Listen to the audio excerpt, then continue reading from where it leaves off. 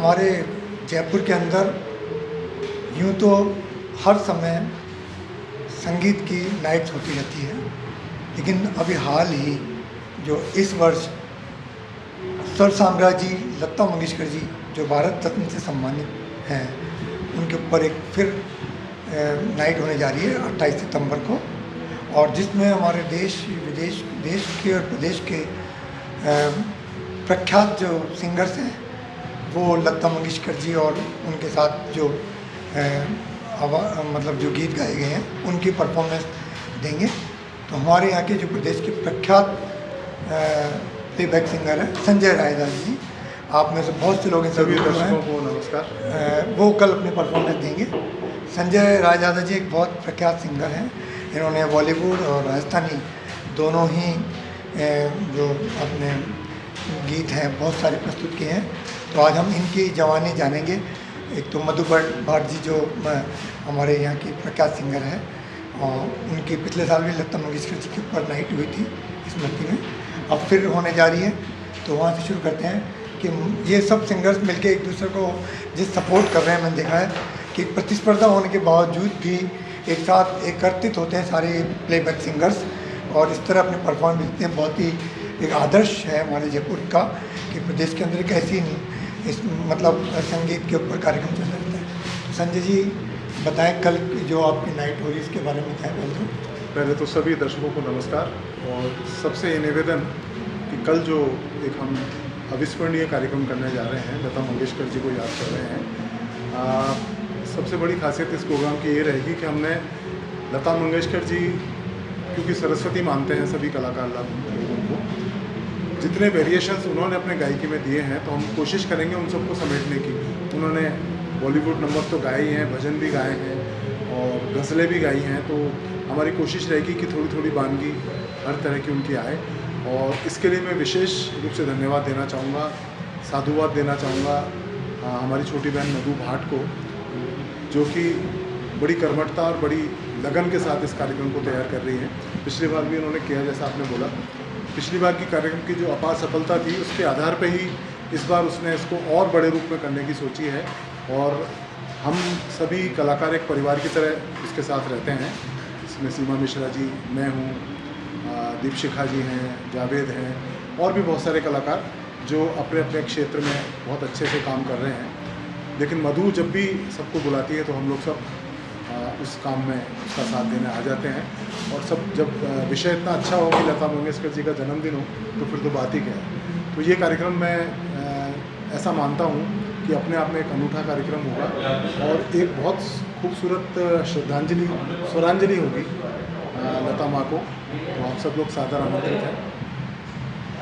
Bharat news TV diamond and world के जो दर्शक हैं उनको हम आज इस अवसर पर संजय रायदास जी की एक सक्सेसफुल झंडी भी शेयर कर रहे हैं, जिसको जानकर लोग प्रेरणा भी ले सकते हैं, और जो संगीत की दुनिया में आगे बढ़ना चाहते हैं उनके लिए भी ये झंडी काम की होगी।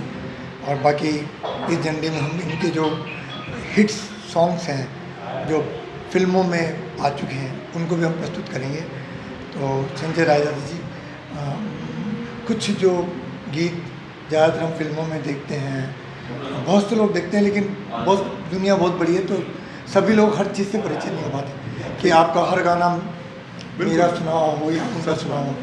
तो कुछ बताएं अपने गीतों के बारे में, कैसे तो आपकी ये इसमें आपकी लाइन शुरू हुई कितने साल पहले, और कहाँ से झंडी शुरू हुई और किस तरह से हुआ, उसको आज थोड़ा सा मौका है। जो मेरी संगीत यात्रा है वो अनवरत जारी है, और जो शुरुआत हुई थी वो करीब मेरे ख्याल से 35-40 साल तो हो ही गए इस फील्ड में। तो मेरे गुरु श्री राजीव भट्ट जी और उस्ताद अहमद हुसैन मोहम्मद हुसैन, उनका बहुत बड़ा रोल है मुझे आगे लाने में।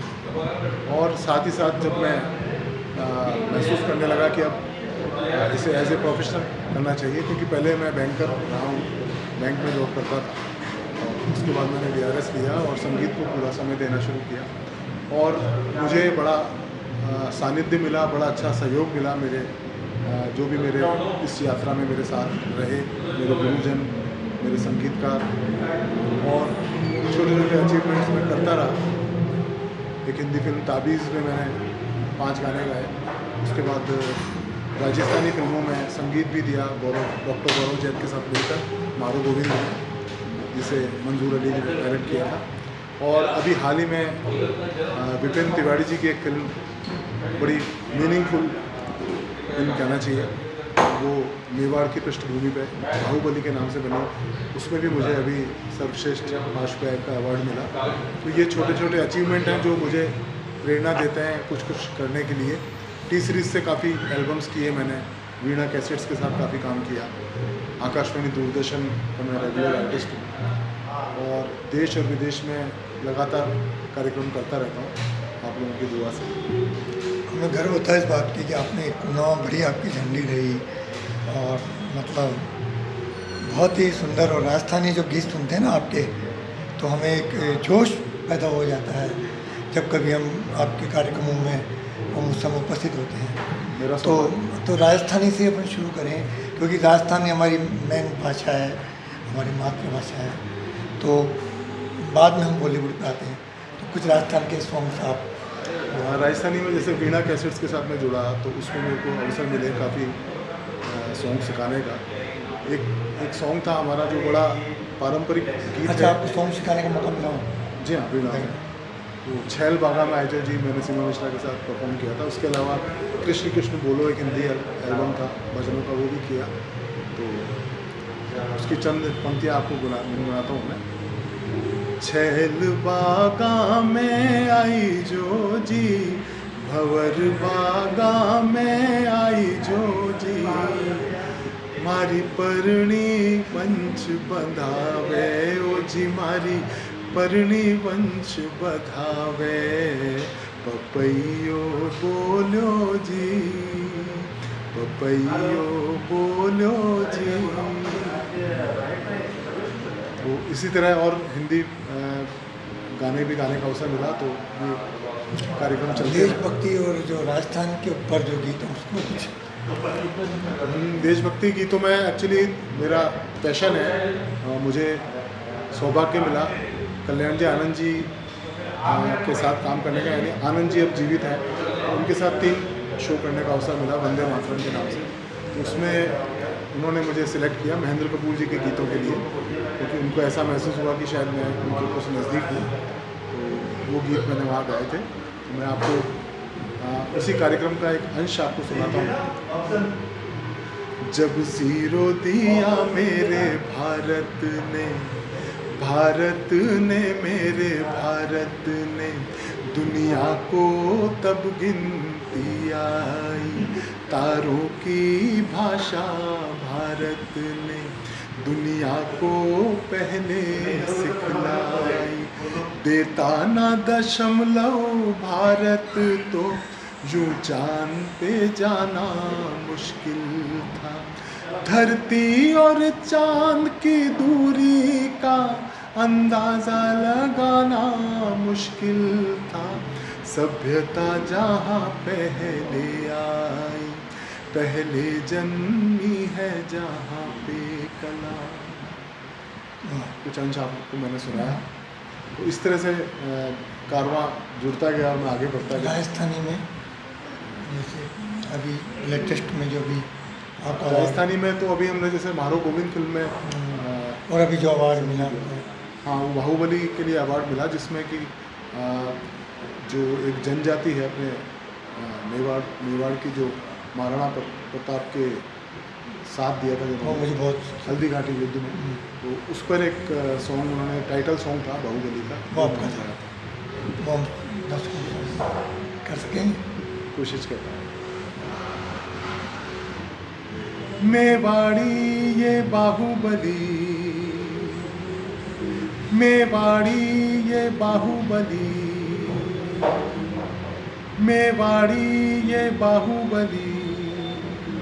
अभी मुझे इतना याद आ रहा है क्योंकि वो शब्द इसके लिरिक्स होने चाहिए था। हाँ, फिर भी बहुत बढ़िया। आपको हमने सुना था उस समय। हाँ जी, अवार्ड नाइट में। जिसके नाम से आपको ज़्यादातर जाना जाता है, जैसे 30-35 साल की झंडी रही, 40 साल की, ऐसा कोई गीत आपको भी समय याद है? क्योंकि हर समय हर चीज़ याद नहीं आती। एक मौका भी होता है, अपनी तैयारी भी होती है, और फिर म्यूजिक सिस्टम भी होता है, ये सारे उसके बिना एक बताना और हर समय आदमी तैयार भी बिल्कुल रहता है ना। कोई ऐसा आपको एकदम प्रसंग याद आ रहा हो, प्रसंग तो खैर जीवन ऐसा के कोई साथ गीत जुड़े याद हुए आ रहा हो जो पब्लिक को ज़्यादा लेने, अक्सर कोई फेस्टिवल पे या कोई देशभक्ति का कार्यक्रम आता है, हमारे जब कोई युद्ध होता है, ऐसा कोई ऐसा आ रहा हो कि आपको एक्चुअली क्या मुझे अभी जो अवार्ड मिला था बाहुबली में, उसका अवार्ड का नाम भी सौभाग्य से महेंद्र कपूर स्मृति अवार्ड था। ओह। तो मैं महेंद्र कपूर जी को फॉलो भी करता हूँ, रफ़ी साहब को भी करता हूँ। तो एक उनका बड़ा पॉपुलर गीत है जो फिल्म का नाम भी गीत ही था, उसमें था, लता जी के साथ उन्होंने गाया था। मैं थोड़ा सा आपको बीच गुनगुना देता हूँ। जिसके सपने हमें रोज आते रहे, दिल लुभाते रहे, ये बता दो, ये बता दो, कहीं तुम वही तो नहीं, वही तो नहीं, वो जिसके सपने हमें रोज आते रहे, दिल लुभाते रहे, ये बता दो कहीं तुम वही तो नहीं, वही तो नहीं। जो फिल्में हिंदी या राजस्थानी है आप बताना चाहें जिनमें हम आपके गीत देख सकें, मतलब सुन सकें, जी, तो वो कोई नाम आप 2, 4, 5 बताना चाहेंगे? इसका फिल्म आई थी जो कि हमारे आराध्य देव गोविंद देव जी पे बेस्ड एक स्टोरी थी, मारो गोविंद। उसमें हमें संगीत भी दिया, मैंने डॉक्टर गौरव जैन ने। क्या संगीतकार भी? हाँ, उसमें हमको अवसर मिला था, हमने संगीत दिया। टी सीरीज से उसका म्यूज़िक रिलीज़ हुआ था। उसका एक विदाई गीत बहुत पॉपुलर हुआ। हर पिता की ये बड़ी भावनाएं जुड़ी उससे हुई देखिए हैं। नहीं।